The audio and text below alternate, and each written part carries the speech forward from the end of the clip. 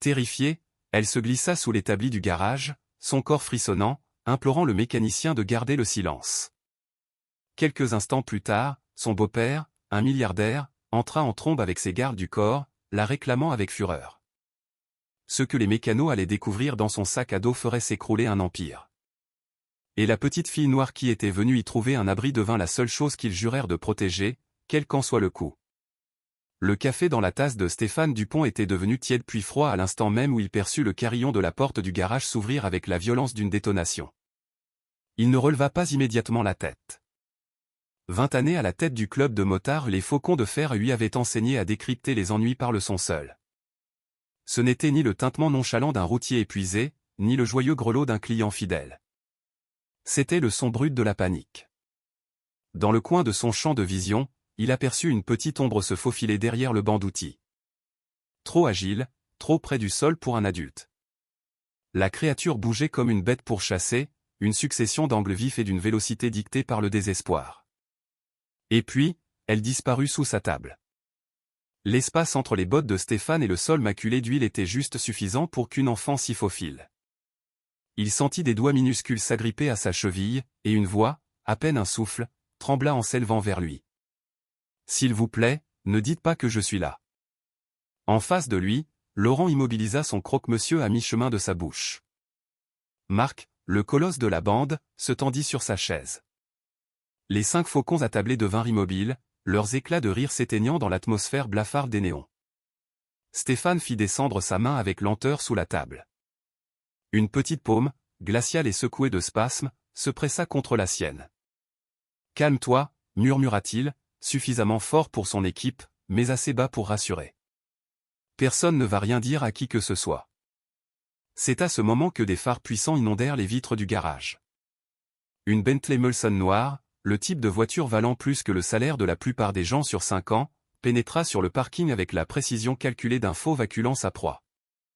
Le ronronnement du moteur s'évanouit dans le silence. 3 secondes s'écoulèrent avant que la portière ne s'ouvre. Philippe Garnier ne se contentait pas d'entrer dans une pièce. Il en prenait possession. Il était grand, d'une élégance tranchante, ses tempes argentées paraissant impeccablement entretenues, même à cette heure. 2 gorilles l'entouraient, des oreillettes bien visibles, les mains non loin de leurs armes de service. Le garage, qui vibrait du vacarme des outils et des discussions quelques instants auparavant, sombra dans un silence pesant.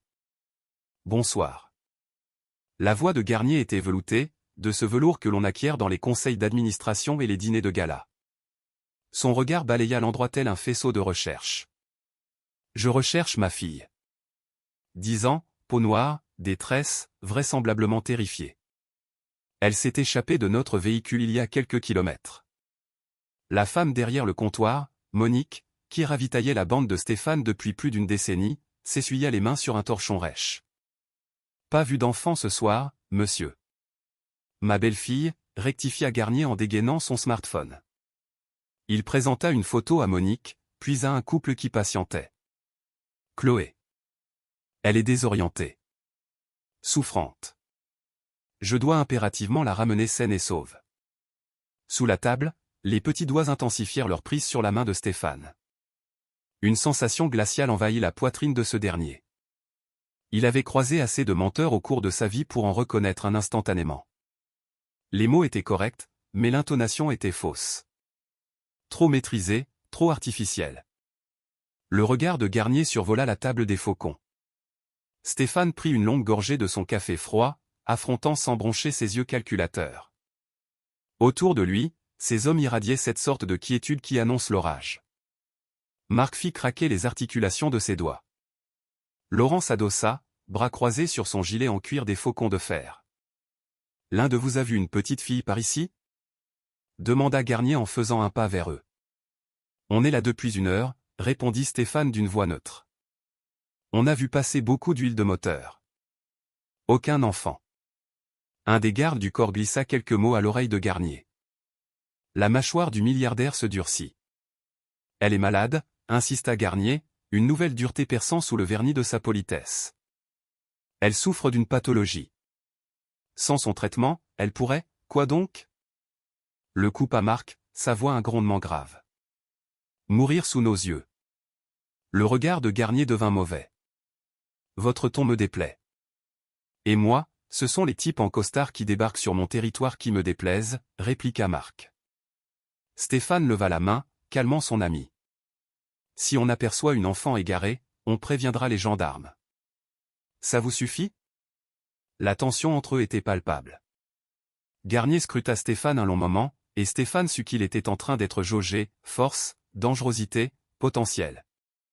Quel que fût le résultat de son analyse, Garnier sembla ne pas apprécier le rapport de force.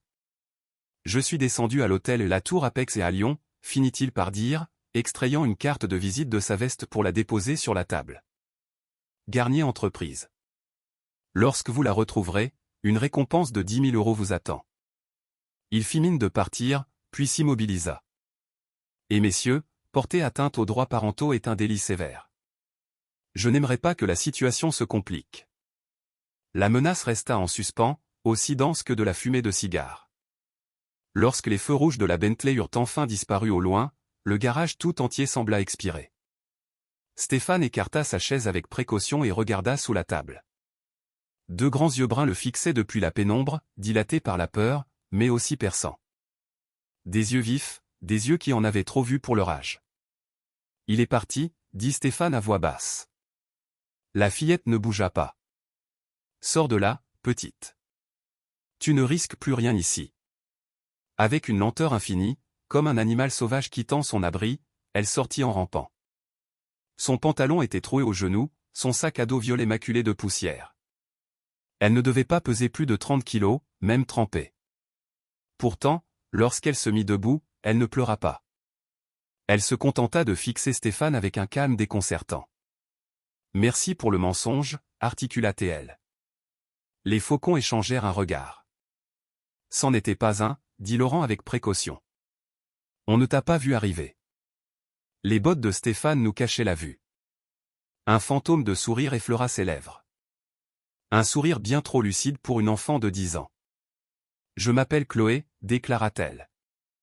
Et mon beau-père veut ma mort. Elle prononça ces mots comme d'autres enfants réclameraient un dessert. C'était un fait, simple et brutal. Vrai. Puis elle fouilla dans son sac et en sortit un objet qui figea le sang de Stéphane. Une clé USB, entourée d'un ruban violet auquel était attaché un petit mot.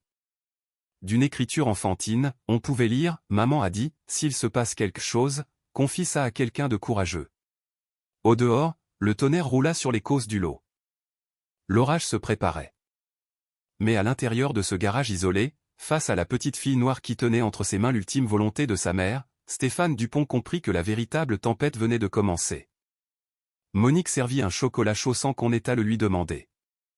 Elle le posa devant Chloé avec une tendresse qui noua la gorge de Stéphane. La fillette entoura la tasse de ses deux mains, sans toutefois y porter ses lèvres.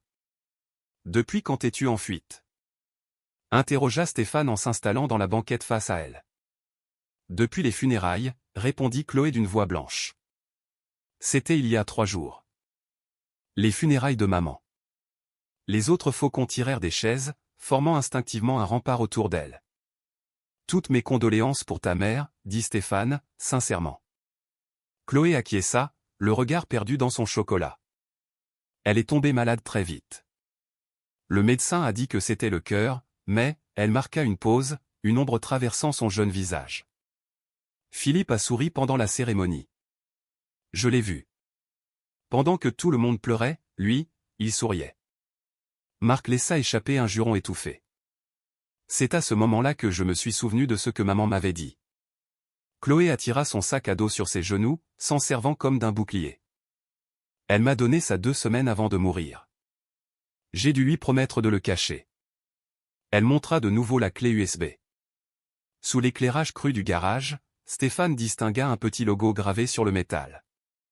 Un jet stylisé, anguleux, traversé de motifs rappelant un circuit imprimé.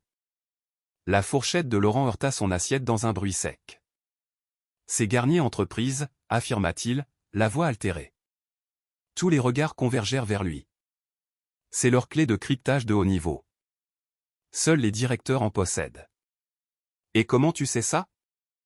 Demanda Marc. La mâchoire de Laurent se contracta. Parce que j'ai bossé pour eux. division informatique. Avant que Garnier ne rachète la société pour la vider de sa substance. Ses poings se serrèrent. On a été 3 cents à être virés le même jour. La veille de Noël. Il a appelé ça une optimisation des ressources. Chloé dévisagea Laurent, un éclair de reconnaissance dans les yeux. Vous êtes l'homme au tatouage de faucon. Maman avait une photo de vous. Le silence s'installa. Comment ça? Souffla Laurent. Dans son bureau. Une photo de l'ancienne équipe. Elle l'a cachée au fond d'un tiroir. Le regard de Chloé était trop grave, trop mélancolique. Elle disait que Philippe l'avait contrainte à licencier des gens bien. Ça la faisait pleurer. Elle disait qu'elle s'en voulait.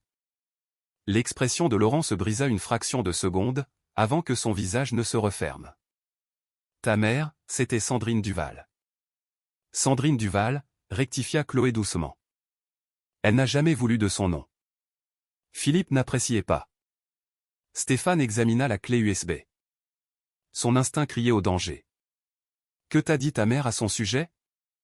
Que c'était une police d'assurance. Chloé effleura le ruban.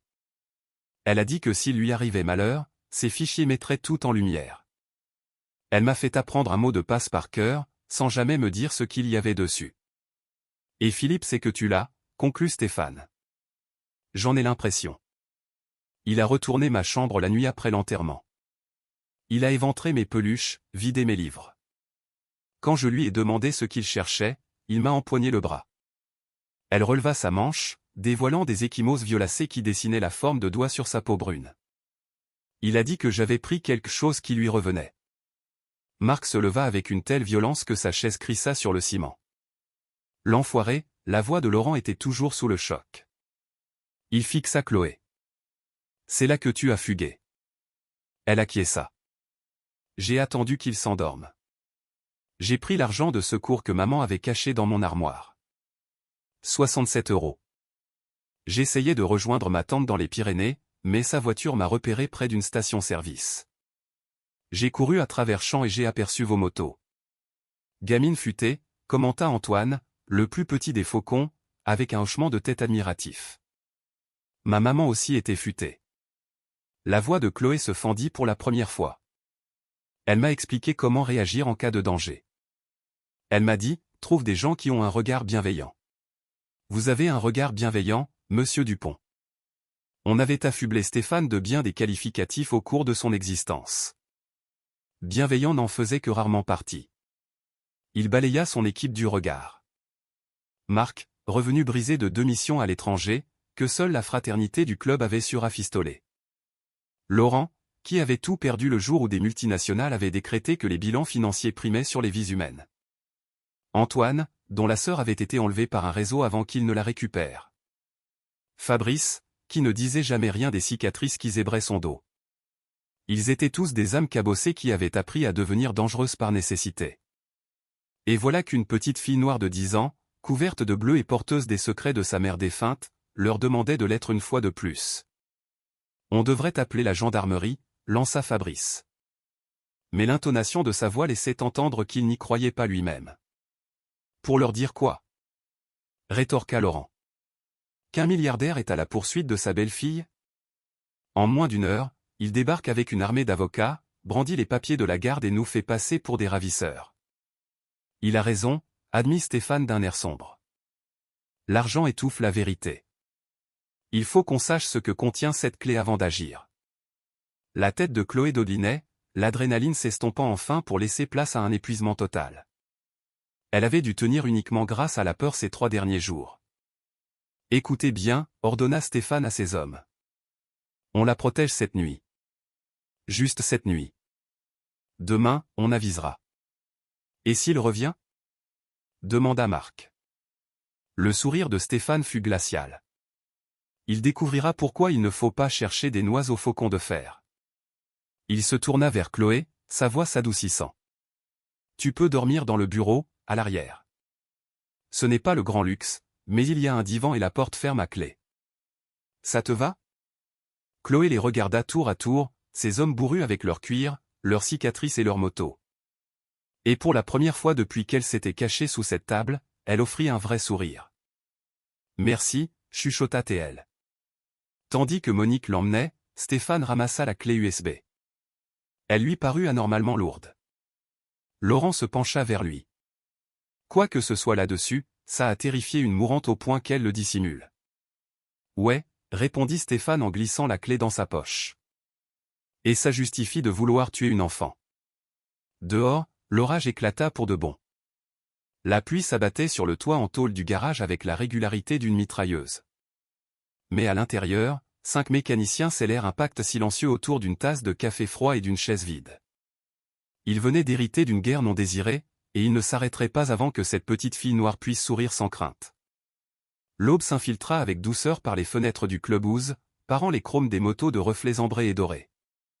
Chloé fut tirée de son sommeil par une odeur de café et le son de quelqu'un qui écorchait une vieille chanson de Johnny Hallyday dans la cuisine. Elle s'assit sur le canapé en cuir élimé, désorientée un instant, avant de se rappeler qu'elle était en sécurité, du moins pour le moment. Le clubhouse était à des années-lumière du manoir aseptisé de Philippe. Des outils pendaient à des râteliers. Une cible de fléchette arborait le visage d'un homme scotché en son centre. Elle ne le reconnaissait pas, mais il avait une quantité impressionnante de fléchettes plantées dans le front. Des photos partout. Des mécanos se tenant par les épaules. Des photos de remise de diplôme. Un fusilier marin en grand uniforme. Une fillette devant un gâteau d'anniversaire. Des photos de famille. Bonjour, la petite.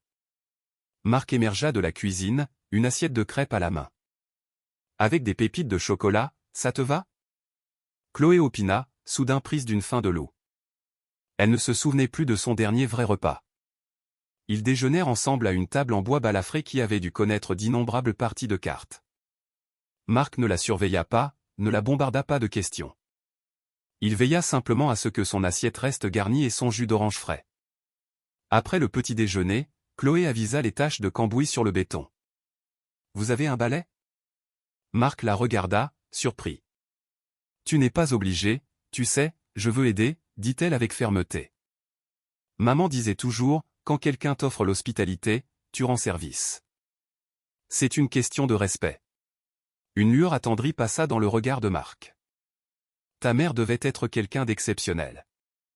Elle l'était. Alors Chloé nettoya. Elle passa le balai autour des motos avec un soin infini, réorganisa les outils sur leur support, et parvint même à amadouer le chien du clubhouse, un pitbull couvert de cicatrices nommé Vaillant, pour le faire sortir de sous un établi.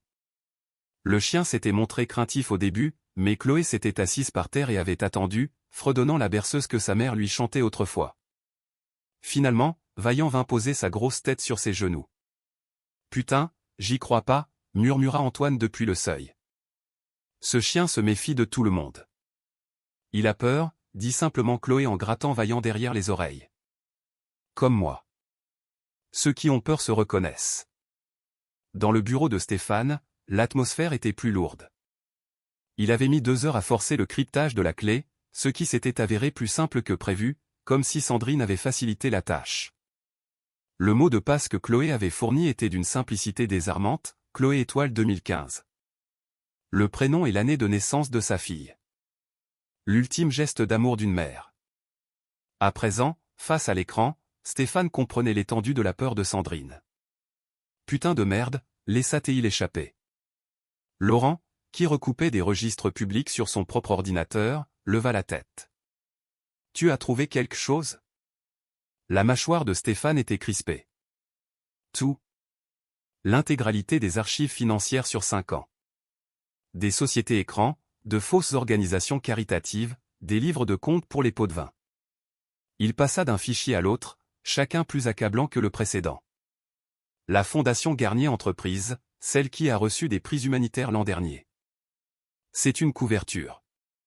95% des dons finissent directement sur les comptes de Garnier. Et les gens pensaient vraiment qu'il aidait des œuvres? Demanda Fabrice. Il est fort pour ça. Regarde. Stéphane lança une vidéo. Philippe Garnier apparut, tiré à 4 épingles, souriant, en train de couper un ruban pour un nouveau centre social. Ça, c'était à Bellefontaine, à 3 bleds d'ici. Vous vous souvenez de la fermeture de l'usine? Le visage de Laurent se décomposa. C'était Garnier Entreprises. Fermeture volontaire suite à une étude d'impact environnemental. Il n'y avait rien de volontaire, dit Stéphane en ouvrant un autre dossier. Il a obtenu la fermeture en arrosant le conseil municipal. Il a racheté le terrain pour rien et l'a revendu une fortune à des promoteurs. 30 familles sur le carreau. Le centre social, il eut un rire amer, n'a jamais ouvert ses portes. C'est un hangar de stockage. Marc apparut à l'entrée avec un dessin de Chloé. Une moto avec des ailes, faite au crayon de couleur. Il avait une expression assassine. Dis-moi que tu as du lourd. Mieux que ça. Stéphane afficha un tableur. Registre d'exploitation des employés. Sandrine a tout noté. Heures sup non payées, manquement à la sécurité, licenciements abusifs. Elle a même des enregistrements. Il appuya sur Play. La voix de Philippe Garnier, froide et clinique, emplit la pièce. Leur loyauté, je m'en contrefiche. La loyauté, ça n'apparaît pas dans les bilans trimestriels. Débarrassez-moi des poids morts. S'ils se plaignent, noyez-les sous les frais de procédure jusqu'à ce qu'ils la ferment ou qu'ils crèvent de faim. L'enregistrement se poursuivit. D'autres voix, d'autres arrangements, des élus touchant des dessous de table, des inspecteurs fermant les yeux, des employés blacklistés pour avoir tenté de créer un syndicat. Elle était en train de monter un dossier contre lui, dit Laurent à voix basse. Sandrine essayait de le faire tomber de l'intérieur. Et il l'a sans doute tué pour ça. Marc émit un grondement sourd. Stéphane ferma les yeux. Tout s'imbriquait avec une logique terrifiante. Une femme en pleine santé qui succombe à une crise cardiaque au moment même où elle compile des preuves contre son mari. Il ouvrit un dernier dossier, nommé et personnel.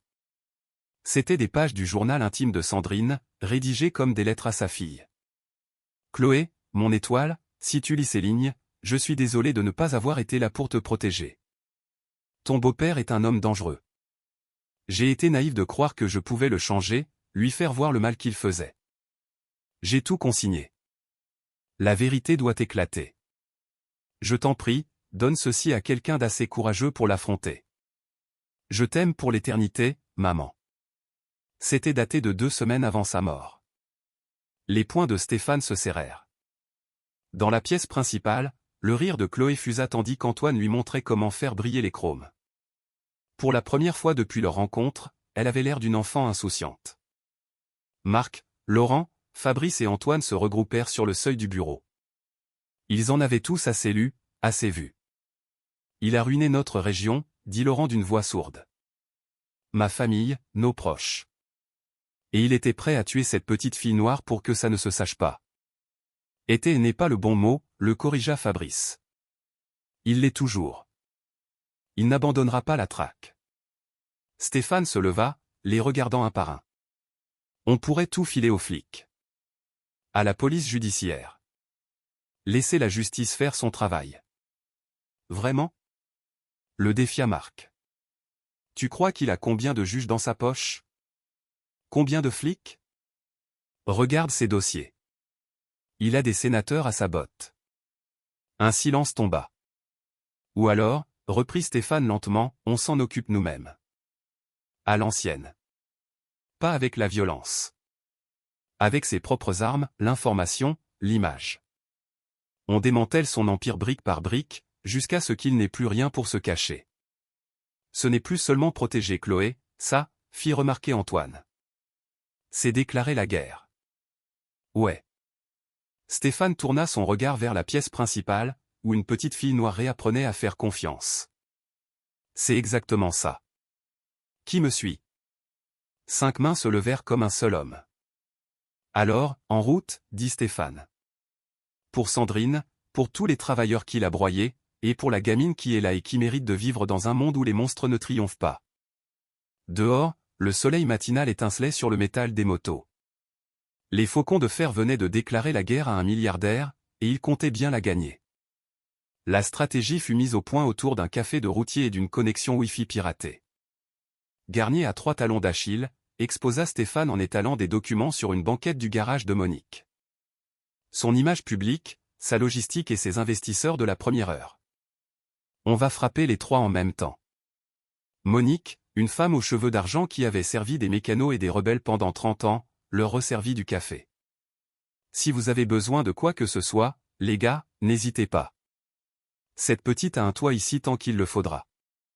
Dans un coin, Chloé s'appliquait à dessiner avec des crayons de couleur, la tête de Vaillant sur ses pieds. Elle était avec eux depuis 3 jours, et ses joues commençaient à reprendre des couleurs.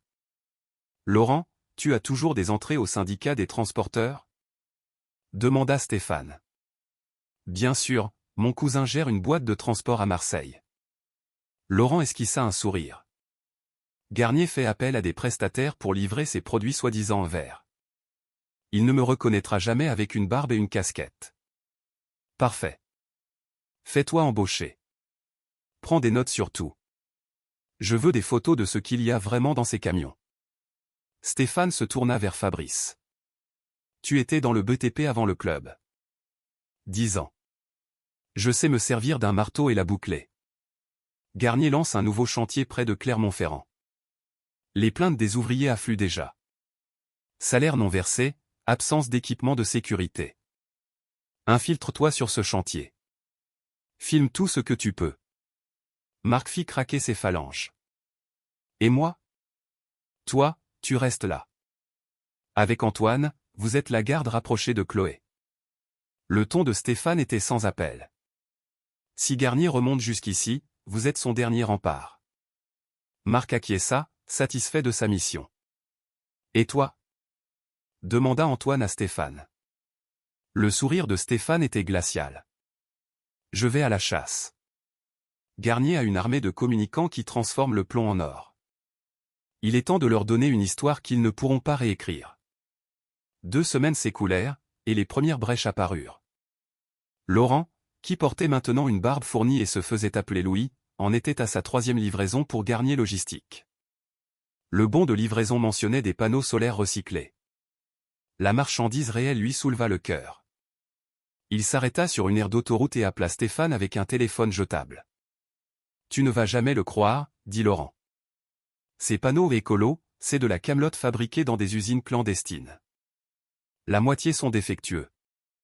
Ils balancent des déchets électroniques dans des décharges sauvages et touchent des subventions pour le recyclage. Tu as des preuves, mon frère ? J'ai des photos, les bons de livraison, et un chef d'équipe qui vient de me conseiller de la fermer si je veux garder mon boulot. La voix de Laurent se fit plus dure. Et ce n'est pas tout. Il y a des mecs qui déchargent sur les quais, payés 6 € de l'heure en liquide. Sans contrat, sans protection. La plupart sont des sans-papiers, ils ont trop peur pour protester. Balance tout sur le serveur crypté. Excellent travail. À des centaines de kilomètres de là, Fabrice documentait une situation encore plus grave. Le chantier près de Clermont-Ferrand était une bombe à retardement. Pas d'été de soutien, des installations électriques réalisées par des amateurs, des rapports de sécurité visiblement bidonnés.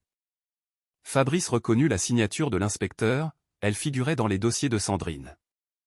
L'homme était à la solde de Garnier. Et, le nouveau ? Lui lança le chef de chantier. Arrête de rêvasser. Ces poutrelles ne vont pas se poser toutes seules. Fabrice examina les poutrelles. De l'acier de mauvaise qualité. C'était flagrant. Ce n'est pas aux normes. Les normes ? Ricana le chef de chantier. On a 3 semaines de retard. Monsieur Garnier ne paie pas les heures sup, alors on fait avec ce qu'on a. Ça te pose un problème ? 50 gars attendent de prendre ta place. Fabrice ne répondit pas. Il s'assura simplement que sa caméra dissimulée enregistrait la scène. Cette nuit-là, un signalement anonyme atterrit sur le bureau de l'inspecteur des bâtiments de la préfecture, celui qui n'était pas corrompu. Le lendemain matin, le chantier était mis sous scellé. Pendant ce temps, Stéphane jouait sur un autre terrain. Il avait passé 2 semaines à sympathiser avec le directeur de la communication de Garnier Entreprise dans une salle de sport UP de Marseille. Le type, un certain Chad, avec ses boissons protéinées et son besoin maladif d'être admiré, adorait se vanter de ses clients prestigieux. Garnier est un visionnaire, affirmait Chad en soulevant des poids bien trop lourds pour lui. On le prépare pour le prix du PDG philanthrope de l'année le mois prochain. Grosse couverture médiatique en perspective. Ça a l'air impressionnant, commenta Stéphane en l'aidant. Qu'est-ce qu'il a fait pour mériter ça? La Fondation Garnier Entreprises. On l'a positionné en Robin des Bois des temps modernes, qui puise dans sa fortune personnelle pour aider les plus démunis, grogna Chad en terminant une série. Entre toi et moi, les actions caritatives sont quasi inexistantes. Mais tout est une question de perception. Tu sais, sourit Stéphane, tout est une question de perception. J'aime cette formule. 2 jours plus tard, un journaliste d'investigation reçut un colis anonyme. Il contenait les registres financiers prouvant que la Fondation Garnier était une escroquerie, avec une analyse détaillée des flux d'argent. Rien pour les communautés, rien pour les employés, tout allait directement sur des comptes aux îles Caïmans. L'article fit l'effet d'une bombe. Philanthrope ou escroc? Enquête sur la fraude à la charité de Garnier Entreprises. Au garage de Monique, Chloé créait des trésors. Elle avait réquisitionné une banquette et y étalait des feuilles de papier couvertes de son écriture appliquée. Des messages pour Stéphane et les autres, que Monique leur transmettait à chaque appel. « Cher monsieur Dupont, faites attention à vous. Monique m'a appris à faire des crêpes. J'en ai gardé pour votre retour. Amitié, Chloé. Cher Laurent, Vaillant a appris un nouveau tour. Il s'est donné la patte. Vous croyez que les camions de votre cousin ont des chiens? Les chiens, ça rend la vie plus belle. Soyez prudent. Chloé. Cher Marc, merci de m'avoir appris les échecs. J'ai joué contre Antoine et j'ai failli gagner. Vous avez dit que ce sont les gens malins qui gagnent les guerres, pas les plus forts. J'espère que je suis assez maligne pour vous aider.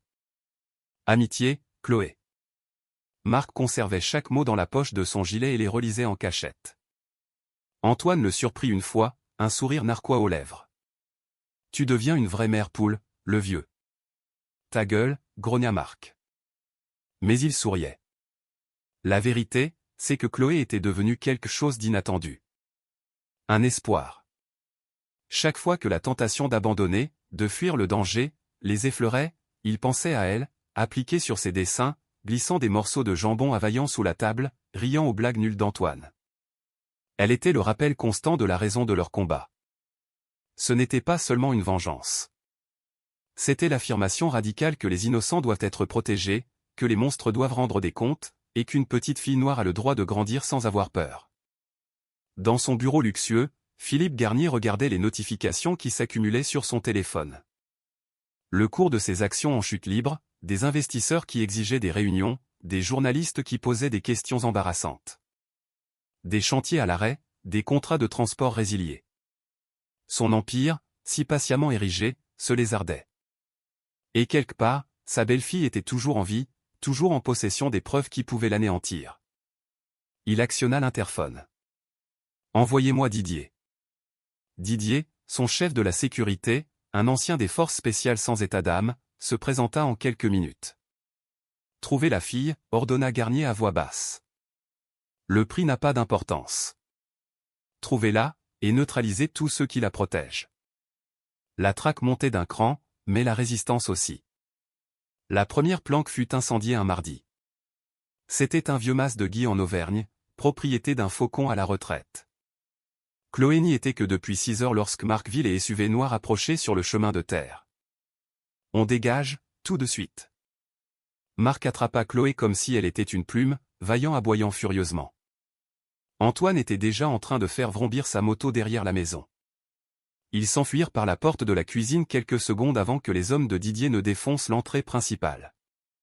Marc entendit le bruit du bois qui éclatait tandis que la moto d'Antoine s'enfonçait dans la nature. Chloé était blottie entre eux, ses petits bras agrippés à la taille de Marc. Derrière eux, les flammes dévoraient le mas. Le message de Garnier était limpide, aucun refuge ne serait sûr. Stéphane reçut l'appel alors qu'il était en planque à Marseille. Son sang se figea. Ils l'ont localisé. La voix de Marc était tendue. On file vers le point de chute, une petite ville en Dordogne.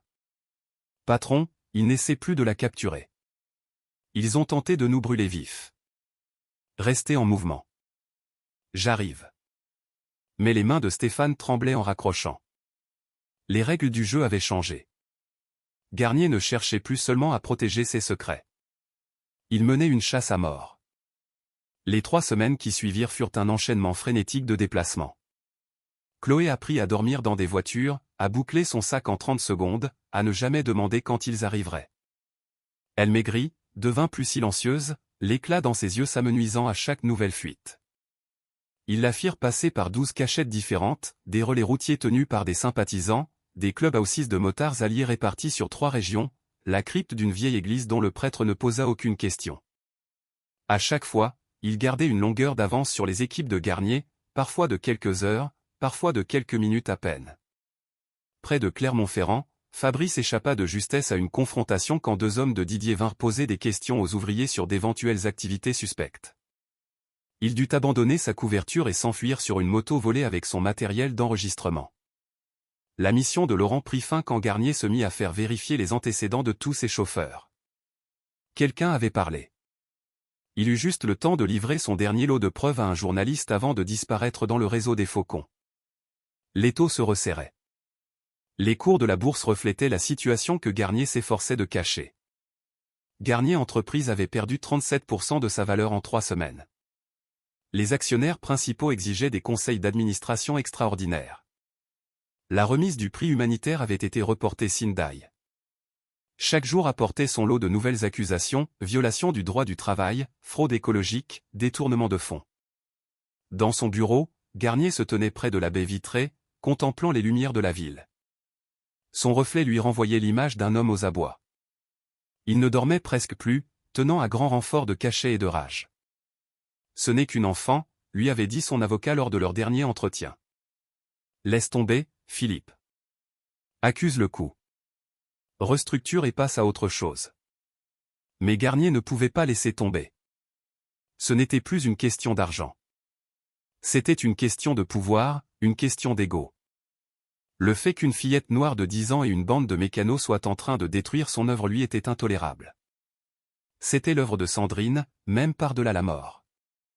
Sa femme, faible et sentimentale, était en train de le ruiner. Elle avait fait de leur fille une arme et l'avait confiée à des criminels. Monsieur. Didier se tenait sur le seuil. Nous les avons pistés jusqu'au lot. Un petit garage, le garage de Monique. Notre indice affirme que la fille y a été vue plusieurs fois. Le sourire de Garnier était polaire. Alors, nous allons y mettre un terme ce soir. Au garage de Monique, Chloé dessinait dans le bureau avec des crayons réduits à l'état de moignon. Elle avait refait le même dessin une douzaine de fois, une petite fille noire sur une moto ailée, s'échappant d'un bâtiment sinistre aux allures de prison. Stéphane la trouva là, ses petites épaules affaissées par la fatigue. « Salut, la petite. » Il s'assit avec précaution, la vieille chaise protestant. « Ça va ?» Chloé ne leva pas la tête. « On repart bientôt ?»« Sûrement. On cherche une solution plus durable, mais ce n'est pas la peine de mentir. » Sa voix était posée. Trop posée. Je sais qu'on n'a presque plus d'endroit où aller. J'ai entendu Marc et Antoine discuter. Ils sont de plus en plus proches à chaque fois. La poitrine de Stéphane se contracta. Elle était bien trop jeune pour endurer tout ça, mais la vie l'avait forcée à grandir trop vite. Chloé, regarde-moi. Elle obéit. Et il la vit. La peur qu'elle dissimulait sous des dehors polis et serviables. La terreur pure d'une enfant qui se sait traquée par la mort. Tu as plus de courage que la plupart des hommes que j'ai connus, dit Stéphane doucement. Des hommes mûrs, qui ont connu la guerre et la violence. Tu as 10 ans, et tu as été plus brave que tous. Les yeux de Chloé se remplirent de larmes. Je ne me sens pas brave. J'ai peur en permanence. Ma mère me manque. Je veux que tout ça s'arrête. Je sais, ma puce. Je sais. Pourquoi vous faites ça? La question était un souffle fragile, brisé. Vous ne me connaissez même pas. Je ne suis personne d'important. Vous pourriez me laisser à la police et reprendre votre vie. Stéphane lui releva doucement le menton. Tu veux la vérité? Parce que tu es plus droite que la plupart des adultes que je connais. Parce que tu nous as remerciés d'avoir menti à ton beau-père. Parce que tu nettoies des clubhouses, tu écris des petits mots et tu as appris à Vaillant à faire confiance. Sa voix devint rauque. Parce que si on n'est même pas capable de protéger une gamine bien comme toi d'un salaud pareil, alors à quoi bon exister sur cette foutue planète? Une larme perla sur la joue de Chloé. C'est vrai, ce que vous dites? Chaque mot. Elle se jeta à son cou, l'étreignant avec une force surprenante. Stéphane la laissa pleurer contre lui. Pleurer pour de bon, pour la première fois depuis cette nuit au garage. On va gagner, lui promit-il dans ses tresses. Je te le jure, Chloé, tu seras libre. Elle hocha la tête contre sa poitrine, s'accrochant désespérément à ses paroles. Dans le garage, le téléphone de Monique se mit à sonner. Elle décrocha, écouta, et son visage devint cireux. Stéphane. Elle déboula dans le bureau. C'est mon neveu, il est gendarme. Des SUV noirs viennent d'entrer dans le village. 8. Ils posent des questions, ils ont des photos de Chloé. Stéphane fut sur pied en une seconde. On a combien de temps? 10 minutes, peut-être moins. Le visage de Chloé blêmit, mais elle ne cria pas. Elle empoigna son sac à dos, toujours prêt, et prit la main de Stéphane. Je suis prête, murmura-t-elle. Dehors, les moteurs se mirent à vrombir. Les faucons de fer enfourchèrent leurs motos, vaillant bondissant dans le sidecar de Marc. Mais cette fois, ils ne fuyaient plus. Cette fois, Stéphane avait un plan. Chacun connaît son rôle? Demanda-t-il dans la radio. Les confirmations crépitèrent.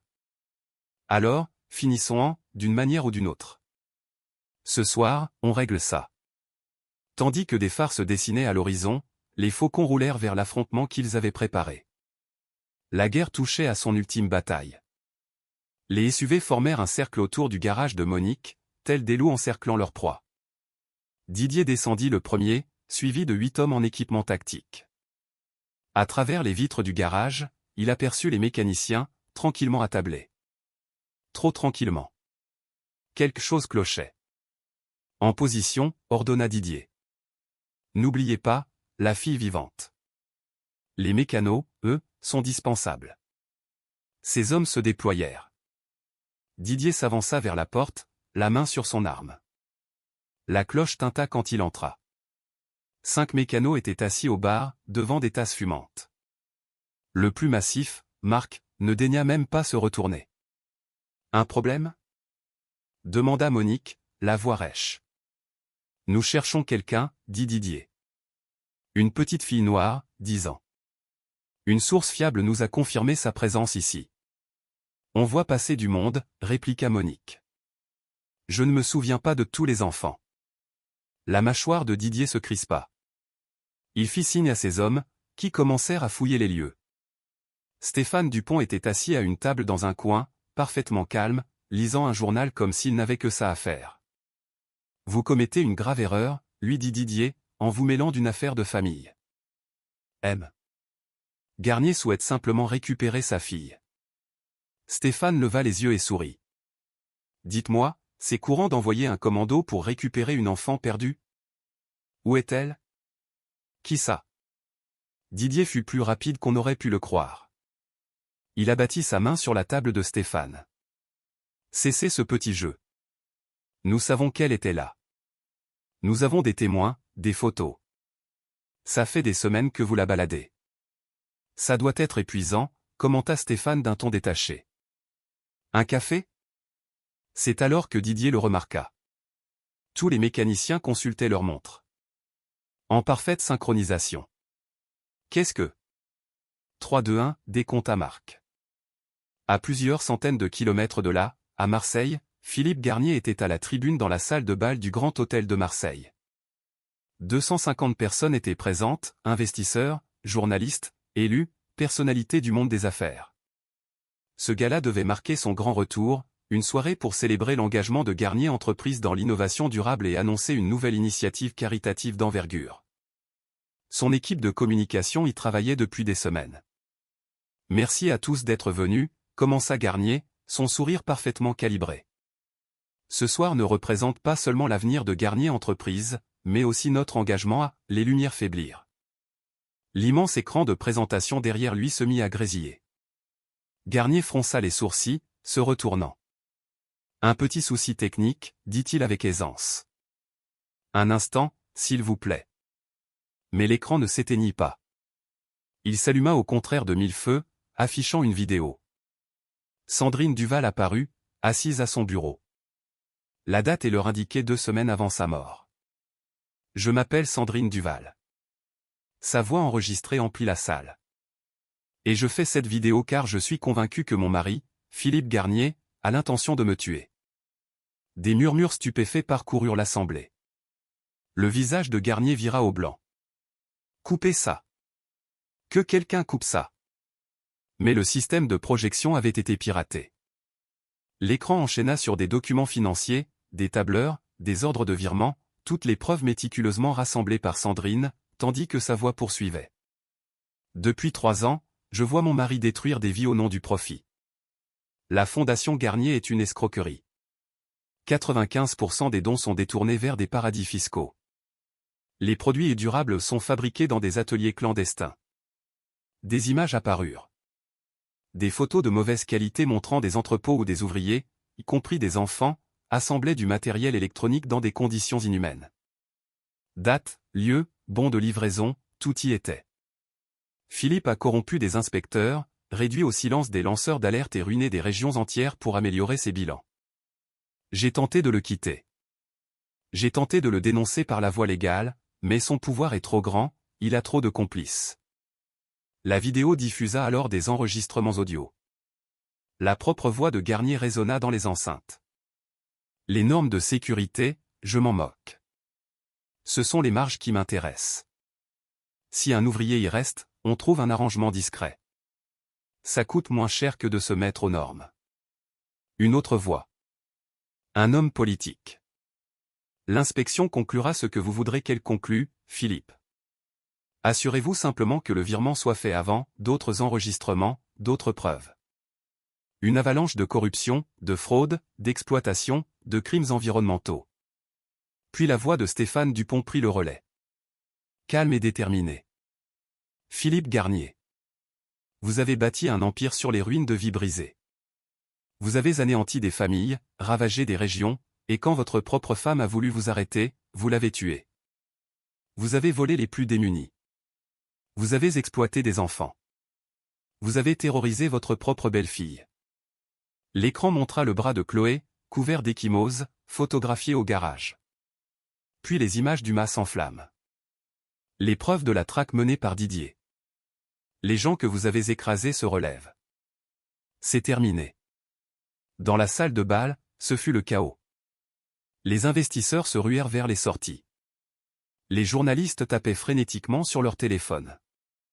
Les flashs crépitaient, immortalisant le visage de Garnier, où se lisait le choc, la rage et une lueur de panique. C'est une manipulation. Hurla-t-il. Ce sont des mensonges. Mais un enquêteur de l'AMF présent dans la salle était déjà au téléphone. Un officier de la police judiciaire demandait des renforts. Le préfet de police de Marseille, invité au gala, s'avançait vers l'estrade, menottes à la main. La présentation s'acheva sur un unique message, en lettres blanches sur fond noir. La route appartient aux honnêtes. De retour au garage, le téléphone de Didier était saturé de notifications. Il parcourut les messages, son visage passant de la fureur à la décomposition. C'est fini, dit Stéphane en se levant. Demain matin, votre patron sera ruiné, déshonoré et probablement mis en examen. La fille que vous pourchassiez est en lieu sûr. Un endroit que vous ne trouverez jamais. Vous ne mesurez pas la portée de vos actes, dit Didier. Aussi, je la mesure parfaitement. Le sourire de Stéphane était acéré. Nous avons abattu un monstre. Maintenant, la question est de savoir si vous travaillez pour un salaire ou pour une cause. Parce que le salaire, il vient de s'envoler. Didier regarda ses hommes, puis son téléphone. D'autres alertes. Cotation des actions Garnier suspendues. Démission en chaîne au conseil d'administration. Ouverture d'enquête criminelle, gel des avoirs. Il avait connu assez de conflits pour savoir reconnaître une défaite. On se replie, dit-il sobrement à son équipe. Alors que les SUV s'éloignaient, Marc posa une main sur l'épaule de Stéphane. Où est-elle, en vrai ? Stéphane sourit. Exactement où je l'ai dit. En sécurité. Dans un petit chalet en Haute-Savoie, Chloé était assise entre Laurent et Fabrice, et regardait les informations à la télévision. Elle vit Philippe, menotté, emmené par des agents. Vit des manifestants devant le siège de Garnier Entreprises. Vit le visage de sa mère à l'écran, tandis que les journalistes saluaient le courage de Sandrine Duval, héroïne et lanceuse d'alerte. Ta mère a réussi, dit Laurent avec douceur. Chloé hocha la tête, des larmes coulant sur ses joues. Des larmes de soulagement, pas de chagrin. Je peux rentrer, maintenant ? Murmura-t-elle. Ouais, la petite, dit Fabrice. On te ramène à la maison. L'Empire était tombé. La fille était libre. 6 semaines après l'arrestation de Philippe Garnier, le clubhouse des Faucons de Fer était méconnaissable. Le soleil inondait la pièce par des fenêtres neuves, les anciennes étaient fêlées depuis des lustres. Les murs avaient été repeints d'une couleur choisie collectivement, orange couché de soleil méditerranéen, parce que Chloé trouvait ça chaleureux. Surtout un PAN de murs, soigneusement encadré, étaient accrochés des dizaines de dessins d'enfants, des motos avec des ailes, des anges à moto, une petite fille noire tenant la main de 5 mécanos, tous souriants. Dans un coin, Vaillant dormait dans un nouveau panier où étaient brodées reines en lettres pailletées. Une exigence de Chloé. T'es sûr de ton coup ? Demanda Marc en regardant Stéphane s'affairer dans l'atelier. Stéphane ne leva pas les yeux de son poste à souder.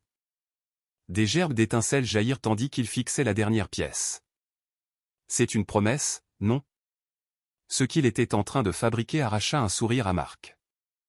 Une moto miniature, faite sur mesure pour Chloé.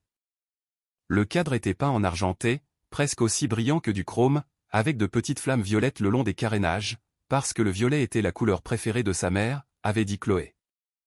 Elle va halluciner, dit Antoine en lustrant le petit guidon. C'est le but. Stéphane recula pour admirer son œuvre. Ce n'était pas un simple jouet. Le moteur était authentique, bien que bridé pour des raisons de sécurité. Les suspensions étaient de qualité professionnelle. Chaque vis avait été resserrée 3 fois, car Chloé méritait un objet façonné avec amour. La porte du garage s'ouvrit. Monique était là, accompagnée de Chloé, qui l'avait aidée en cuisine, ce qui consistait surtout à nourrir Vaillant en cachette. Vous avez de la visite, les garçons, annonça Monique avec un clin d'œil. Chloé entra, s'arrêta net, les yeux ronds comme des soucoupes. C'est ? Sa voix n'était qu'un souffle. C'est pour toi, dit Stéphane. Si tu en veux. Elle s'approcha de la moto avec une lenteur religieuse, comme si elle craignait de la voir disparaître. Sa petite main caressa la selle, suivit le contour des flammes, fit tinter la clochette fixée au guidon. C'est la plus belle chose que j'ai jamais vue, murmura-t-elle. Lis ce qui est écrit, l'encouragea Laurent. Le long du réservoir, en lettres argentées, 2 mots, aile d'étoile. C'est le titre de ton dessin, expliqua Stéphane. Celui que tu as fait la première semaine, tu te souviens ? La moto avec des ailes ? Les yeux de Chloé brillèrent de larmes, mais elle souriait. Je peux vraiment la conduire ? C'est prévu. Mais avant, Marc brandit un petit casque, peint aux mêmes couleurs que la moto. La sécurité avant tout. Ta mère aurait insisté. Elle prit le casque avec une sorte de révérence, ses doigts caressant les flammes violettes. À l'intérieur, 5 signatures au marqueur indélébile, Stéphane, Marc, Laurent, Fabrice et Antoine. On sera toujours avec toi, dit Antoine d'une voix bourrue. Même quand on ne sera pas là physiquement. Chloé serra le casque contre elle, puis les surprit tous en se jetant au cou de Stéphane. Il la rattrapa sans peine, cette petite fille noire qui s'était réfugiée sous sa table, morte de peur, et qui riait maintenant à travers ses larmes de joie. Merci, chuchota TL. Pour tout. C'est toi qu'il faut remercier, gamine. Tu t'es sauvée toute seule. On n'a fait que te donner un coup de pouce. Le baptême de la route eut lieu un samedi, devant une bonne partie des membres du club. Chloé portait son casque, sa veste violette et un air déterminé. Stéphane l'encadrait sur sa propre moto, ne s'éloignant jamais de plus de 3 mètres. Son petit moteur feulait, il ne rugissait pas, mais chantait tandis qu'elle décrivait des cercles sur le parking désert. Lorsqu'elle boucla son premier tour sans encombre, les mécaniciens l'acclamèrent. Encore ! Cria-t-elle, son large sourire visible sous la visière. Je veux recommencer. Ils restèrent là 3 heures, Chloé gagnant en assurance à chaque passage. À la fin, elle saluait son public d'une main, l'autre sur le guidon, totalement libérée de sa peur. Marc s'essuya les yeux. Saloperie de pollen. Bien sûr, le vieux, le charria Fabrice. Le pollen. Mais ils ressentaient tous la même chose. La joie pure de voir une enfant terrorisée se métamorphoser en une gamine rieuse et libre qui méritait amplement ce bonheur. Le soir, autour de la table du clubhouse, le ton se fit plus grave. On a reçu 700 000 € de dons, annonça Laurent en consultant son ordinateur portable. Des gens de tout le pays nous ont envoyé de l'argent après avoir entendu l'histoire de Chloé. Ils veulent t'aider. Aider à quoi? Demanda Chloé, assise sur le canapé avec Vaillant. Stéphane la regarda, songeur. C'est à nous de décider. On a les moyens, maintenant. L'occasion de faire quelque chose d'utile. Qu'est-ce que tu en penses, toi? Chloé réfléchit un instant, son jeune visage empreint de sérieux. Il y a d'autres enfants comme moi. Des enfants qui ont peur, qui sont tout seuls. Continue, l'encouragea Stéphane. On pourrait peut-être les aider. Leur offrir un endroit où ils seraient en sécurité. Leur apprendre des choses, comme vous l'avez fait pour moi. Sa voix gagna en assurance. Maman disait toujours, la meilleure façon de remercier ceux qui t'ont aidé, c'est d'aider les autres à ton tour. Les mécaniciens échangèrent un regard. Une fondation, dit Laurent lentement. Pour les jeunes en difficulté. Formation professionnelle, parrainage, et hébergement d'urgence. Aide aux devoirs, ajouta Antoine. Pour qu'ils puissent finir leurs études. Apprendre à se débrouiller, dit Marc. Leur donner les outils pour être autonomes. Fondation Aile d'Étoile, suggéra Fabrice. Un silence se fit. Chloé leva les yeux, qui pétillaient. Vous lui donneriez vraiment le nom de ma moto? Le nom de ton rêve, la corrigea Stéphane. Les ailes, c'est la liberté. L'étoile, c'est l'espoir. Les gamins ont besoin des deux. En moins d'une semaine, les statuts étaient déposés. La fondation Aile d'Étoile était née, avec une mission rédigée en partie par des juristes et en partie par une petite fille noire de 10 ans qui savait ce que c'était que d'avoir besoin d'aide. Donner des ailes à ceux qui ont oublié qu'ils peuvent voler. Chloé en devint la présidente d'honneur, un rôle qu'elle prit très à cœur. Elle participait aux réunions, contribua à la création du logo, une moto aux ailes d'ange, et tint à rencontrer les candidats à l'embauche. « Vous aimez les enfants ?» leur demandait-elle d'un air scrutateur. « Je veux dire, les aimer pour de vrai, pas juste pour le travail. » Son jugement était infaillible. Quiconque la prenait de haut était immédiatement écarté. La presse locale relaya l'information. Une lanceuse d'alerte de 10 ans crée une fondation pour les jeunes en difficulté. Le journaliste demanda à Chloé quel message elle voulait adresser aux autres enfants qui avaient peur. Chloé fixa l'objectif, sans la moindre trace de crainte. « Trouvez quelqu'un qui a un regard bienveillant, dit-elle. Et ne baissez jamais les bras. Vous êtes plus fort que vous ne le croyez. » 2 mois après sa création, la fondation Aile d'Étoile aida son premier jeune, un adolescent qui sortait des foyers et se retrouvait à la rue.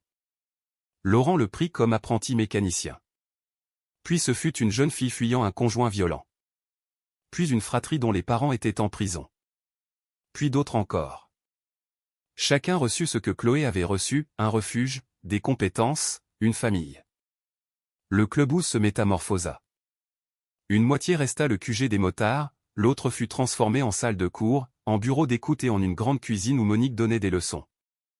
Sur le mur principal, les dessins de Chloé firent des petits. Chaque jeune qui passait par là ajoutait le sien, jusqu'à ce que des motos ailées recouvrent toute la surface. « On a fait quelque chose de bien, » dit Marc un soir, en regardant Chloé montrer à un plus jeune comment nettoyer une chaîne de moto. « Non, » sourit Stéphane. « C'est elle qui a fait quelque chose de bien. On n'a fait que lui fournir les outils. » Et dans le garage, étincelant sous les néons, Aile d'Étoile attendait sa prochaine sortie. Prête à s'envoler. Le printemps arriva en Provence, avec ses fleurs sauvages et ses promesses de renouveau. Un samedi matin, 8 mois après qu'une petite fille noire terrorisée se fût cachée sous une table, les faucons de fer se préparaient pour leur balade annuelle du souvenir. Mais cette année, c'était différent. Cette année, il n'était pas seul. Chloé, dans le garage, ajustait son casque, le violet à flamme, devenu presque trop petit. Elle avait pris 8 centimètres, et Monique affirmait qu'il lui faudrait bientôt de nouveaux jeans. Son visage s'était arrondi, la peur avait laissé place à des taches de rousseur et à une belle assurance. « Prête ?» demanda Stéphane, inspectant elle d'étoiles une dernière fois. « Toujours prête », répliqua Chloé, faisant rire les mécanos. Elle avait adopté leur langage, leur désinvolture. Mais au fond, elle était restée la même. La petite fille qui laissait des écuelles d'eau pour les chats errants et écrivait des mots de remerciement pour un rien. « On va où ?» demanda-t-elle en enfourchant sa moto avec l'aisance de l'habitude. « C'est une surprise, dit Stéphane. Fais-moi confiance. » Elle acquiesça sans poser de questions. Rien que cela montrait le chemin parcouru. Le convoi s'ébranla à midi. 15 motos, leurs moteurs grondant à l'unisson. Chloé roulait entre Stéphane et le mari de Monique, Grand Joseph. Sa petite moto argentée ne dépareillait pas. Elle s'était entraînée des mois durant et maîtrisait maintenant elle d'étoiles comme une extension d'elle-même. Ils longèrent des routes bordées de buissons de garrigues. Passèrent devant le garage où tout avait commencé. Monique leur fit un signe de la main, auquel Chloé répondit avec enthousiasme. Traversèrent des villages où les gens, reconnaissant les écussons des faucons de fer, klaxonnaient en signe de soutien. La fondation Elle d'Étoile avait changé l'image du club. Ils n'étaient plus de simples marginaux. Ils étaient des protecteurs, des bâtisseurs, une famille. Sur une aire de repos, Marc offrit un granité à Chloé. Framboise bleue, son parfum favori. Elle s'assit sur une table de pique-nique, balançant les jambes, tandis qu'Antoine lui montrait des photos sur son téléphone. Lui, c'est Philippe, dit-il avec précaution. Chloé observa l'image de son ancien beau-père en tenue de détenu, entrant dans un tribunal. Le procès avait été rapide. Entre les preuves de Sandrine et les éléments recueillis par les faucons, l'accusation avait un dossier en béton. Fraude, exploitation, évasion fiscale, association de malfaiteurs, la liste était longue. Il avait écopé de 42 ans de prison. « Ça te fait de la peine pour lui ?» demanda doucement Antoine. Chloé réfléchit à la question. « Ça me fait de la peine pour l'homme qu'il aurait pu être. Maman disait qu'il n'avait pas toujours été mauvais, que quelque chose s'était cassé en lui. » Elle savoura son granité. « Mais je suis contente qu'il ne puisse plus faire de mal à personne. » Une maturité étonnante. « Ta mère serait fière de toi, dit Antoine. »« Je sais. » Chloé sourit. « Je lui parle, parfois. Dans ma tête. Je lui raconte pour Elle d'Étoile, pour les enfants qu'on aide, et comment Vaillant a appris à attraper un frisbee. Je crois qu'elle m'entend. Moi aussi, gamine. » La destination finale se dévoila au coucher du soleil. Ils arrivèrent à un belvédère des gorges du Verdon, un point de vue où la route semblait filer vers l'infini et le ciel se parait de teintes orangées, violettes et dorées. Un petit mémorial avait été érigé là, des fleurs, des photos, une plaque de bronze. On pouvait y lire « Sandrine Duval, mère, lanceuse d'alerte, héroïne. Elle a tout donné pour la liberté des autres. » Chloé descendit de sa moto et s'approcha lentement. C'était Stéphane qui avait tout organisé des mois auparavant, en concertation avec Chloé pour le choix des mots. C'était là le véritable lieu de repos de Sandrine, pas dans un cimetière luxueux choisi par Philippe, mais ici, face à l'immensité, là où la route est synonyme de liberté. J'ai amené mes amis, ceux dont je t'ai parlé. Les mécanos étaient restés en retrait, par respect. J'ai fait ce que tu m'as demandé. J'ai trouvé des gens courageux. Ils m'ont aidé à arrêter Philippe, et maintenant, on aide d'autres enfants, comme tu le voulais. Sa voix se brisa. Tu me manques tellement. Mais ça va, maintenant. Je te le promets, ça va. Elle déposa un bouquet de fleurs sauvages au pied du mémorial. Des violettes et des jaunes, les préférés de Sandrine. Quand elle rejoignit le groupe, ses yeux étaient humides, mais elle souriait. On peut faire un tour sur la route, comme promis? Tous ensemble? C'est le programme, dit Stéphane. Ils remontèrent en selle. 15 motos et une petite moto argentée, alignées. Au moment où le soleil toucha l'horizon, ils mirent les gaz. La route s'offrait à eux, vide et infinie. Le rire de Chloé éclata, un son pur et joyeux, tandis qu'elle d'étoiles la propulsait en avant. Le vent soulevait ses tresses sous son casque. Ses mains tenaient fermement le guidon. Elle volait. Stéphane la regarda dans son rétroviseur. Ce n'était plus l'enfant terrorisé qui se cachait sous une table. C'était une fille qui avait trouvé ses ailes et appris à s'en servir. Notre but n'était pas de faire tomber un milliardaire, songea Stéphane, les mots se formant dans son esprit comme une prière. Notre but était de protéger une petite fille noire. Mais en la protégeant, nous en avons protégé des centaines d'autres. Nous n'avons pas seulement détruit un empire. Nous avons bâti un refuge pour une enfant qui nous a rappelé ce qu'est la bonté. Elle nous a appris que le courage, ce n'est pas l'absence de peur. C'est d'être mort de peur, mais d'avancer quand même. Que la famille, ce n'est pas le sang. Ce sont ceux qui sont là quand on se cache sous les tables. Que la plus petite des personnes peut tout changer, si les bonnes personnes croient en elle. Le convoi s'enfonça dans le crépuscule. Une fraternité et une petite fille, rugissant ensemble sur la route ouverte. Vaillant aboya depuis le sidecar de Marc. Le rire d'Antoine couvrit le bruit des moteurs. Monique et Grand Joseph roulaient côte à côte, leurs mains se frôlant. Et Chloé, précieuse, courageuse, magnifique Chloé, roulait au milieu d'eux, enfin en sécurité, enfin chez elle. 3 ans plus tard, le siège de Garnier Entreprises à la Défense, Paris, n'était plus qu'une carcasse vide. Fenêtres brisées, végétation sauvage. Des pilleurs avaient emporté tout ce qui avait de la valeur. La nature faisait le reste. Mais sur une façade, visible depuis le périphérique, quelqu'un avait peint une fresque. Une peinture fraîche, entretenue régulièrement par des artistes anonymes. En lettres de 3 mètres de haut, couleur argentée avec des flammes violettes, la route appartient aux honnêtes. Et juste en dessous, plus discrètement, mais avec autant de force, fondation aile d'étoile, donnant des ailes à ceux qui sont à terre. Les automobilistes qui passaient voyaient et se souvenaient. D'une petite fille noire qui avait défié un monstre. De mécaniciens qui avaient choisi la protection plutôt que le profit. D'une mère qui avait consigné la vérité, sachant que cela lui coûterait la vie. Il se souvenait que les empires bâtis sur le mensonge finissent toujours par s'écrouler, que la bienveillance a de l'importance, que parfois les héros les plus improbables portent du cuir et roulent à moto, et que chaque enfant mérite de trouver quelqu'un au regard bienveillant, prêt à se battre pour lui, même quand le monde entier choisit de regarder ailleurs. La route appartenait aux honnêtes, aujourd'hui et pour toujours.